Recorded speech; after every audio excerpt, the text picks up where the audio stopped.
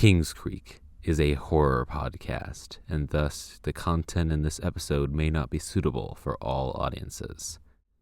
Listener discretion is advised.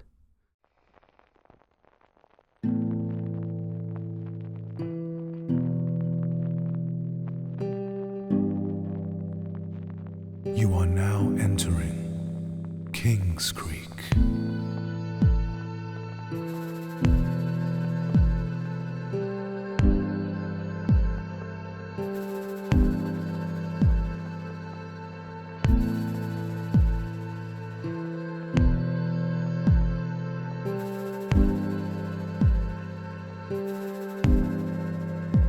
Episode 7, Clean Dirt.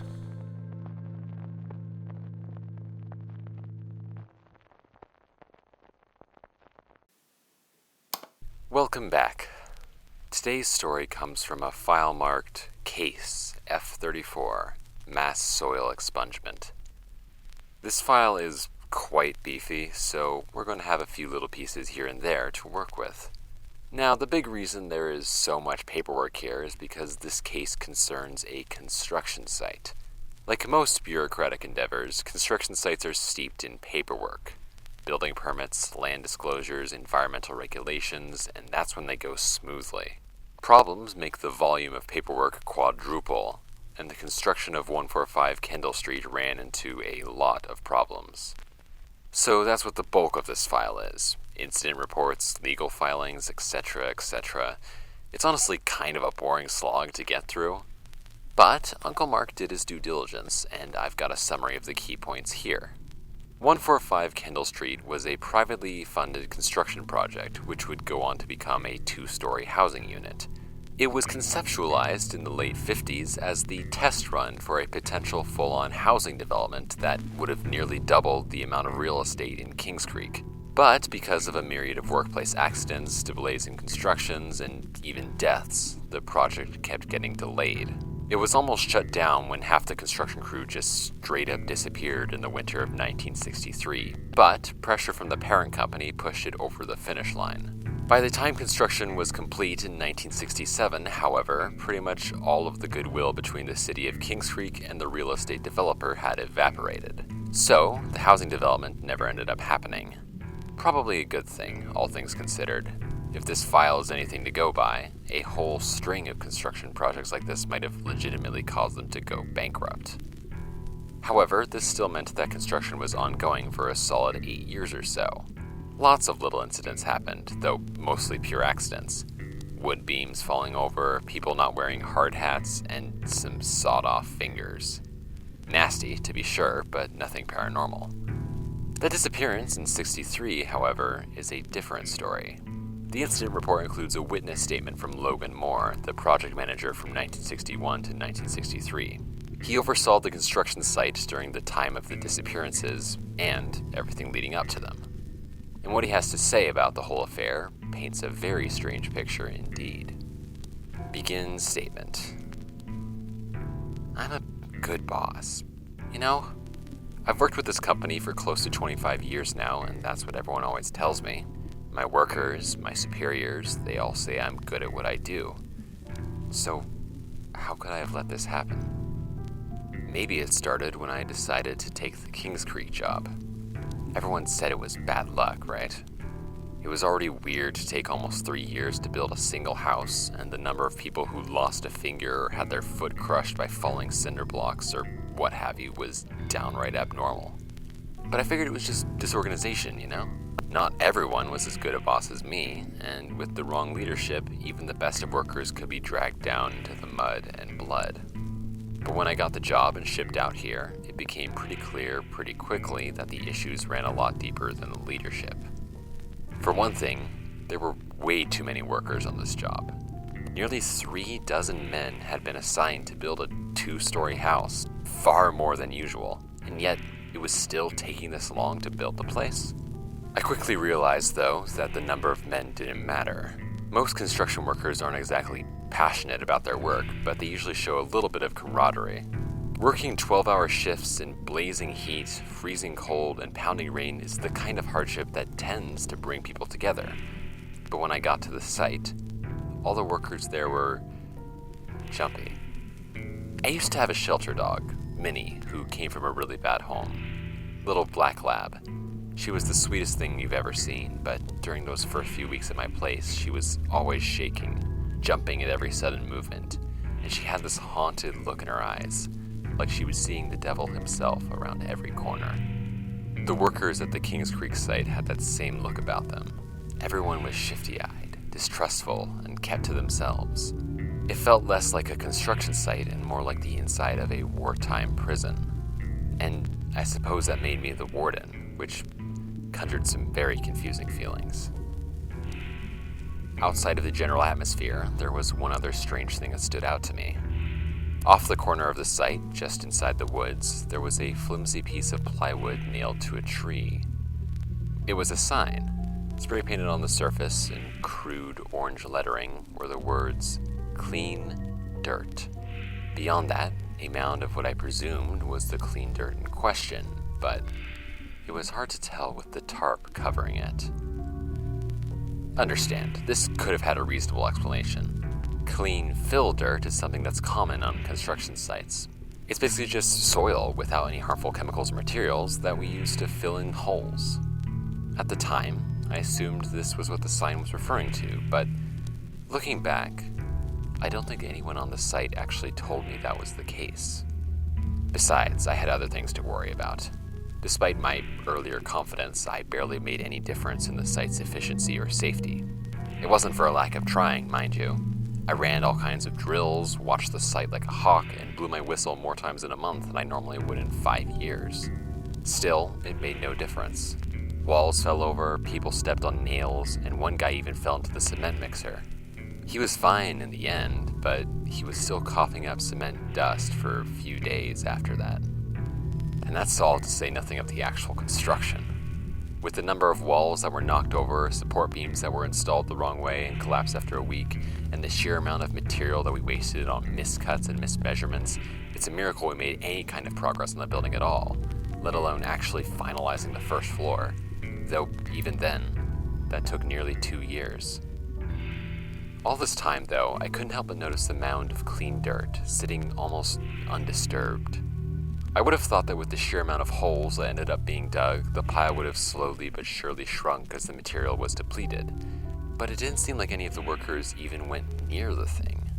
When I asked about it, their eyes would widen and then they would pretend as though they didn't hear me, and it would stay that way until I'd changed the subject.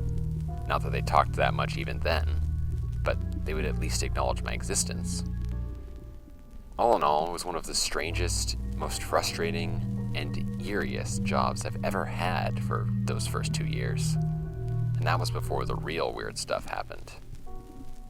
About a month ago, I noticed that half the crew, 2 dozen men maybe, had stopped their work and were all huddled together in a circle. This was technically better than them constantly injuring each other and or knocking holes in walls, but it was still my job to break up. As I got closer, I could hear them all making plans to meet each other after work. This would seem innocuous, but you have to understand. I had barely even heard these men speak to each other before, and now they were planning gatherings like the best of pals. It was concerning, and not just because I knew the company would lean on me hard if they got any whiff of unionization. Which isn't to say I reported it. Between you and I don't share the company's opinion on worker unification, and these boys needed a break more than any crew I've ever known. Nonetheless, something about the whole affair bothered me, and I wondered, looking back on it, if I should have told someone. After they left for the day, I stayed at the site to close down. I was just putting away all the equipment when I saw movement out of the corner of my eye. The tarp on the clean dirt pile had come undone and was waving in the wind. It seemed simple enough to fix, only when I got close to the thing, saw it waving, it occurred to me that there wasn't even a light breeze flowing through the trees. The air was completely still, but the tarp drifted anyway. I think about that moment a lot when reflecting on what happened the next day. I don't know what went on when they all gathered after hours, but whatever it was, the effect was immediately apparent when work started. All the workers who'd gone to the meeting the previous night were visibly even more high-strung. And yet, at the same time, they were now incredibly diligent workers. Instead of the slow, plodding half progress that usually took place, where a day's work from 3 dozen men would result in maybe a support beam or two, this time a quarter of the first story's floor was already laid down pat, and it wasn't even noon. I found myself walking among the workers more often than not with a smile on my face. "Good work, boys," I would say, nodding approvingly. Not that it mattered. If they noticed my approval, they certainly didn't make any effort to acknowledge it. In fact, they all remained silent and focused, barely even slowing their pace. Lunch break came, and it was just as silent. The changed workers stood around, eating their lunches and staring into nothing. It was odd, but at that point, I was still just impressed at their change in attitude towards their work. I sidled up next to Dill Waters, who was slowly chewing a peanut butter sandwich, and started telling the boys once again how proud of them I was. I went to pat Dill on the back, but almost the instant my fingers touched his shirt, he jerked away from me, his eyes widening in terror. "Where am I?" he screamed, dropping his sandwich and looking around wildly. "What day is it?" I tried to calm him down, but to no avail. He staggered off the construction site, ranting and waving his arms around.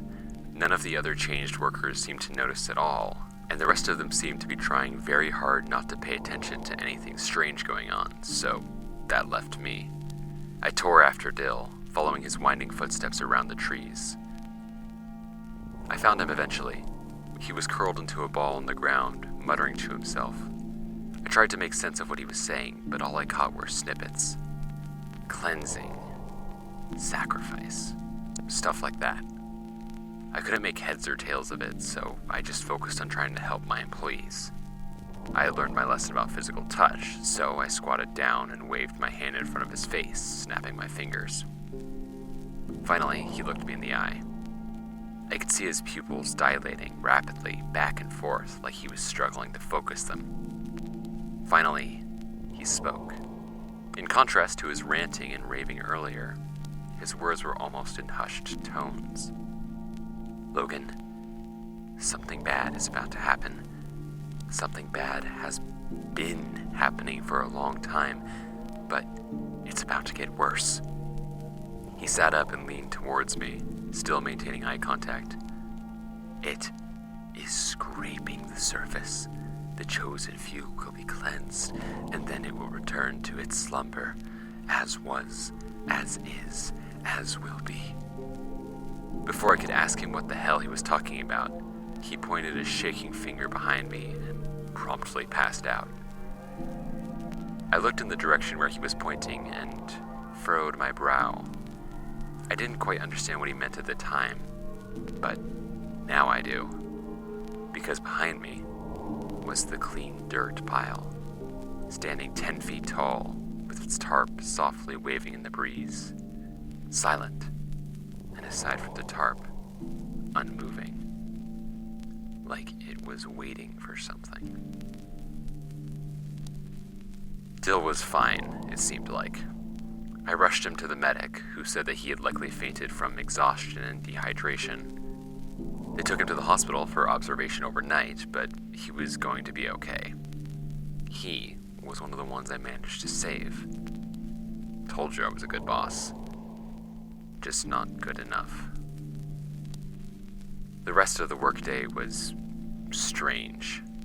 Most workdays were strange on that site, but this was different. Everything was silent. There wasn't even work being done. The half who had been changed were standing around, staring ahead, while the half who, I guess at this point qualified as normal, eyed their stiff coworkers with trepidation, seemingly too intimidated to do any actual work. Mind you, it's not like they were any smaller than these guys, but with the difference in how these two groups carried themselves, you could be forgiven for making that mistake. Then, all of a sudden, it was 6 o'clock. The bell that signified the end of the shift rang, and the changed workers all stood up, turned, and walked out the door in unison. The rest of the boys were soon to follow, though they all scattered afterwards, heading home to escape the strangeness of it all, like animals fleeing an oncoming flood. I technically had to do some post-site closure work, but I was too worried about Dill to focus. so I decided to close up early and go and visit him. The hospital room was quiet. Dill was asleep, but it was a troubled, jerky sleep. The doctors had told me before I went in that he wasn't quite in a coma, but he also wasn't sleeping normally. They spewed some kind of technical jargon that meant something along the lines of, "We don't know what to call it." At least, that's what it meant to me. The conversation played in the back of my mind as I stood next to the bed and watched Dill's chest rise and fall, the heart monitor beeping rhythmically in the background. Suddenly, Dill's eyes shot open. He immediately turned to me as if he knew I was standing there while he'd been unconscious. He grabbed my arm and stared, wide-eyed at the ceiling as if seeing something massive above him. "It's happening. The surface is broken. The chosen few will shortly cross the threshold." His grip was tight, and I felt his fingernails dig into my arms. He turned his head to me, his eyes now filled with a deep, fearful concern. "Before the night ends, the clean will return to the dirt, as was, as is, as will be." His grip tightened. One of the nurses entered to check his vitals, and seeing he was awake, summoned the other nearby nursing staff. Suddenly, Dill's fingers gripping my arm flung open. He repeated again, "As will be," louder this time, and began convulsing violently. His limbs waved wildly around as he kept on chanting, "As will be, as will be." The nurses rushed into the room and tried to restrain him, but just as quickly as the convulsions started, they ended, and he passed out. As they swarmed around him, trying to make sense of his short-lived consciousness, I stewed over his words. "The clean will return to the dirt." Why did that sound familiar? I thought back to earlier that day, how Dill had fallen in the woods, babbling. Where he had fallen down. Thunder rolled outside. A sinking feeling formed in my gut as I realized I knew where to go. I rushed out to my car, the hospital parking lot illuminated only by street lamps, the light flickering through raindrops. I got in my car and drove through the night, my mind coming up with all kinds of wild scenarios for what I would find at my destination. Robes, blood rituals, animal sacrifice, human sacrifice. All these things and more swarmed around my head as I pulled up to the construction site. The rain was pouring down in buckets now, and the wind battered against me as I left my car, pulling my raincoat in every direction. Between the flapping plastic sheets protecting the wooden exposed beams, I could see orange flickering light from the woods. I trudged through the grass and mud, squinting my eyes to get a better look. By the time I made it under the cover of the trees, I could see the source of the light. There was a giant torch comprised of the long plywood planks littered about the construction site that illuminated the scene in front of me. All of the changed workers were there, arranged in a straight, single-file line. A single-file line that led to the clean dirt pile. I left the cover of the trees and trepidatiously walked towards the gathering. They didn't notice me, or if they did, they didn't acknowledge my presence. I watched as they slowly marched forward, wondering what would happen when they reached the pile. Would they climb it? Would something come out of it? Somehow, what happened next both shocked me and in a sick, twisted way made perfect sense. I watched, first confused and then horrified, as one by one, the workers walked into the pile. Saying it like that, so matter-of-factly, doesn't do it justice. It wasn't as if they walked in and carved a hole in the now-drenched soil or made a tunnel. They walked into it. I could see them touching the dirt and then almost separating, like they were soil being sifted through a gold pan. I screamed at them, trying to pull them away, but they pushed forward like I wasn't even there, and it wasn't long before they all disappeared into the soil. I stood there, mud covering my hands, my jacket, my boots, as the mountain of earth towered in front of me. The plywood sign stared down at me mockingly, as if gloating that it had taken away my men, My boys. I couldn't do anything to stop it. I couldn't save them. I never felt as filthy as I did in front of the sign that read, "Clean Dirt."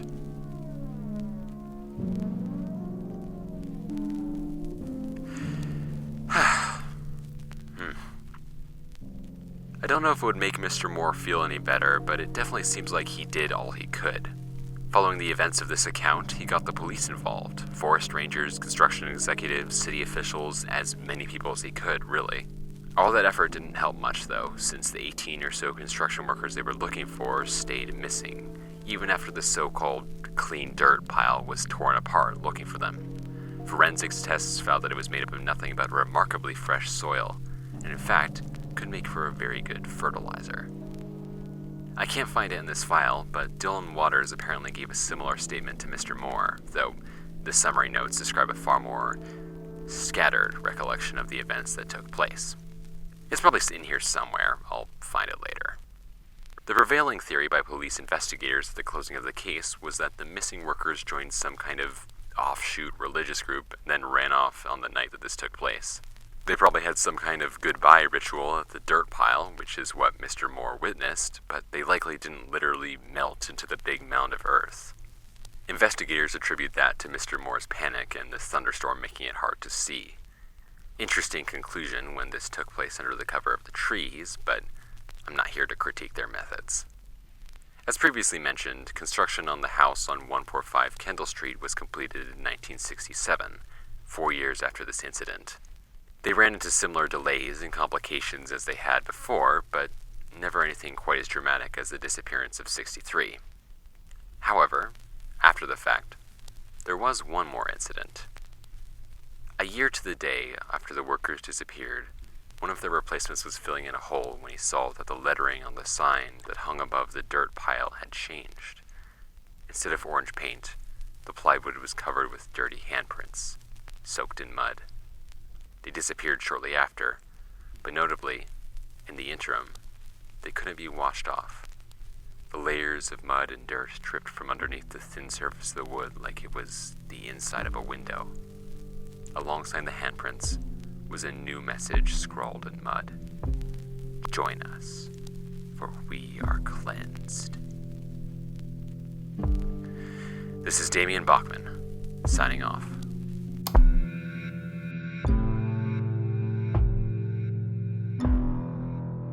Today's episode of Kingscreek was written and performed by Thomas S. Dennis. It was produced by James Makepeace, and the score was composed by Kai After Kai. Script supervision is provided by James Makepeace and Ryan Kennedy. Our cover art is by CyberGrapeUK, and our social media manager is Ryan Kennedy.